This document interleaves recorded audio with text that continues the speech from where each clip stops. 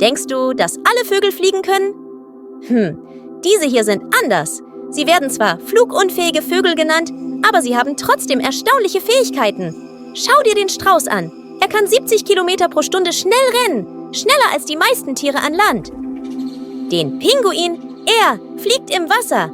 Ein Meister des Schwimmens, der elegant durch das Meer gleitet. Und den Kiwi, klein, aber furchtlos. Ein nachtaktiver Entdecker, der mit seinem langen Schnabel Würmer aus der Erde aufspürt. Also, man muss nicht fliegen können, um großartig zu sein. Jeder kann auf seine eigene Weise fliegen. Anders sein ist groß.